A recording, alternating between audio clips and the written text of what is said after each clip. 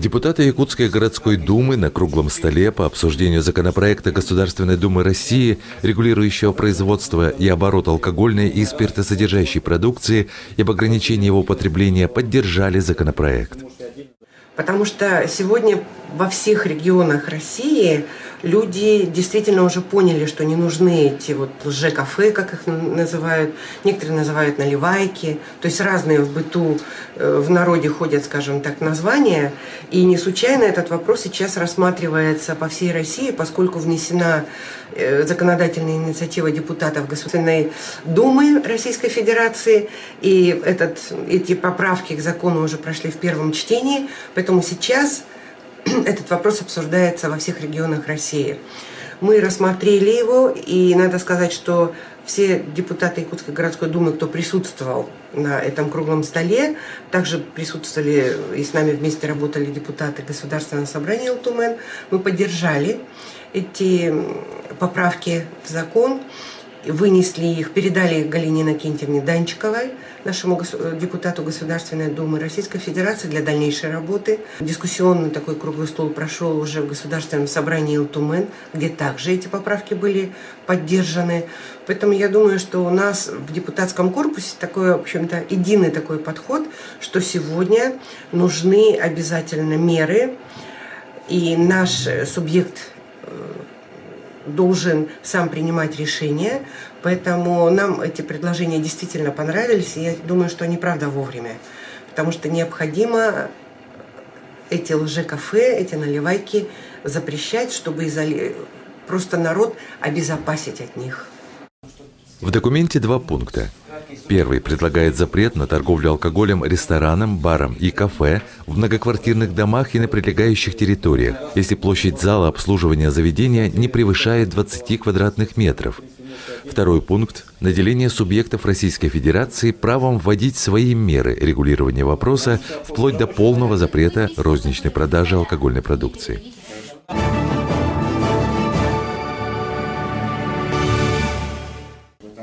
В Якутской городской думе состоялось заседание постоянной комиссии по имущественным и земельным отношениям.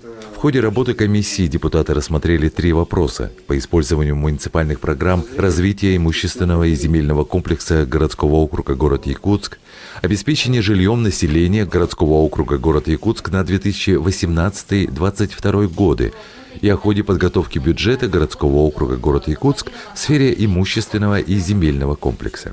По 2 вопросам особых нареканий у депутатов не вызвало, но по программе обеспечения жильем населения городского округа город Якутск вопросов у депутатов было много. По информации директора Департамента жилищных отношений, реализация программ по переселению граждан из аварийного жилого фонда и обеспечение жильем детей-сирот были запланированы в рамках долевого участия в строительстве многоквартирных жилых домов. Допустим, по программе переселения могу сказать, что у нас было, допустим, 100 миллионов, да? Из них у нас где-то на 9 квартир у нас сейчас вот подвисло со СКО счетами. Мы не можем оплатить. А по остальным, по собственникам мы выплатили, там, где мы не на квартиры пошли, а на деньги. По сиротам, допустим, мы отыгрались на 165 квартир.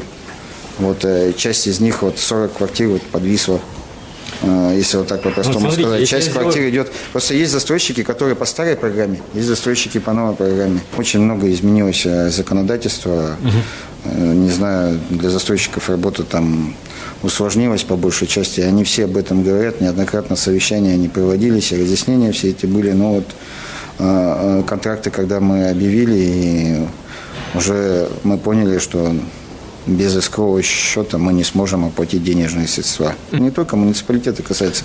Дольщик обязан, если есть проектное финансирование, работает по исковым счетам, а дольщик открывает исковый счет. Все. Это по новому законодательству, да. Он обязан сам. Те, кто по-старому построил, да, там контракты проходят, ничего, как бы не обязаны искового счета. Это кто по-старому. Сейчас все, кто строит, они все через искового счета проходят. Требования законодательства, все ужесточилось. Но это в первую очередь сделалось, чтобы не было обманутых дольщиков. Отыгрались муниципальные контракты. Просто мы не можем оплатить. Нас 214 федеральный закон обязывает открыть искового счет. Мы его не можем открыть, так как бюджетное законодательство нам это запрещает. Мы написали везде письма со своей стороны, чтобы дали нам разъяснение, что дальше нам делать, как нам быть. Мы написали Министерство финансов Республики, в наш департамент финансов, Министерство строительства. Ждем от них разъяснения. Ну, те ответы, которые получили, суть такая, что они ждут ответа с разъяснения Министерства финансов Российской Федерации. После получения этих разъяснений уже будет какой-то порядок, как бюджетная организация будет открывать эскроу счет в коммерческих банках. По плану на 2019 год по программе переселения граждан было выделено 29,3 миллионов рублей. И по результатам третьего квартала 2019 года не реализовано. По программе приобретения или строительства жилья для детей-сирот на 2019 год было запланировано 620 миллионов рублей, из которых на третий квартал предусмотрены 248,5 миллионов рублей и также пока не освоены. По муниципальной программе обеспечения жильем молодых семей было запланировано на 2019 год 106 миллионов рублей, выполнение 98%. По программе обеспечения жильем работников бюджетной сферы также проблем нет. Освоение практически достигло 99%. Тут имеются некоторые проблемы. Они связаны со вступлением в силу закона 214 по открытию эскроу-счетов. Все думали о том, что эскроу-счета только открывают у нас застройщики. Оказывается, каждый дольщик, каждый желающий получить жилье через муниципальные программы обязан открыть эскроу-счета. И сегодня департамент по жилищным отношениям не может открыть эскроу-счет, поскольку он не отвечает бюджетному кодексу. Сложившаяся ситуация напряженная. Усугубляется она тем, что у многих контрактов уже поджимают сроки, и при отсутствии оплаты они будут попросту расторгнуты. А это грозит срывом национального проекта России.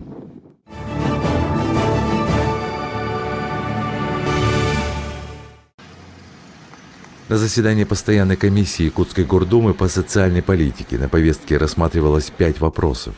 Городские депутаты заслушали ход исполнения муниципальных программ «Культура городского округа город Якутск», «Социальная поддержка и содействие занятости населения города Якутска», «Развитие образования городского округа город Якутск за 9 месяцев 2019 года».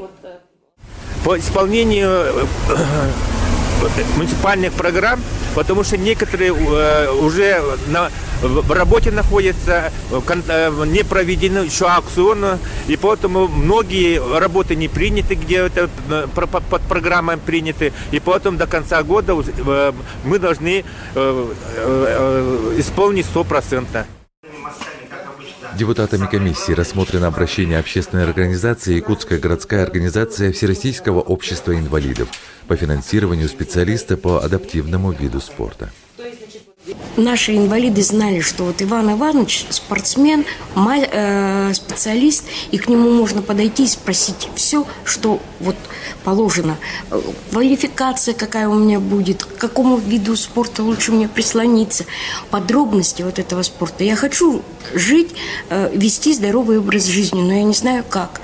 Это 80% наших инвалидов, ну и даже не инвалидов. Мы очень многое не знаем на самом деле. Адаптивный спорт – это новое направление. И оно должно быть в комплексе решаться, потому что это индивидуальная программа реабилитации. Это эффективнейшая вещь на самом деле по реабилитации, когда человек становится нормальным человеком. Депутаты постоянной комиссии Якутской городской думы поддержали обращение городского общества инвалидов. Окружная администрация города Якутска должна рассмотреть данное обращение и найти пути решения по данному вопросу.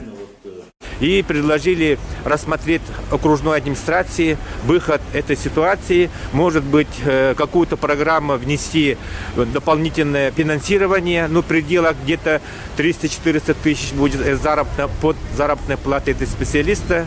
Ну, конечно, увеличение штатной единицы уже запрещено администрации города Якутска, поэтому этому пути мы дали рекомендации окружной администрации.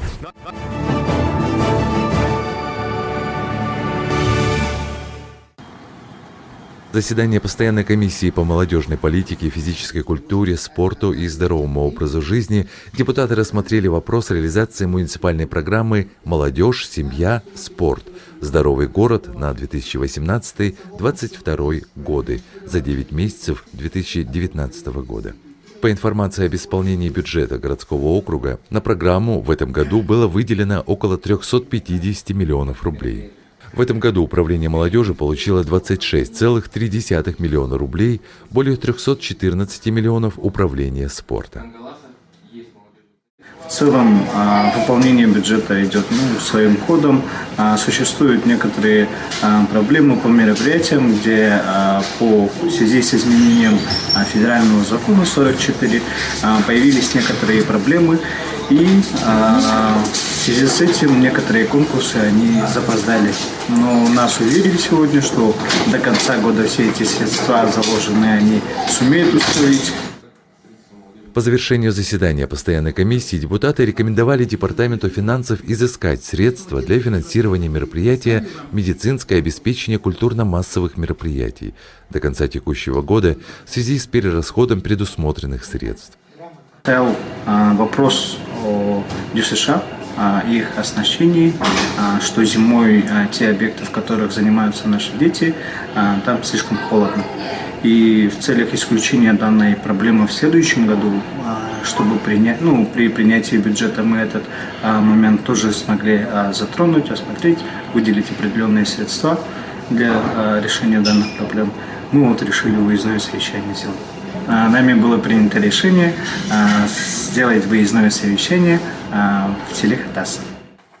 Также была внесена рекомендация увеличить финансирование при формировании бюджета городского округа город Якутск на 2020 год в связи с юбилейными мероприятиями празднования Великой Отечественной войны.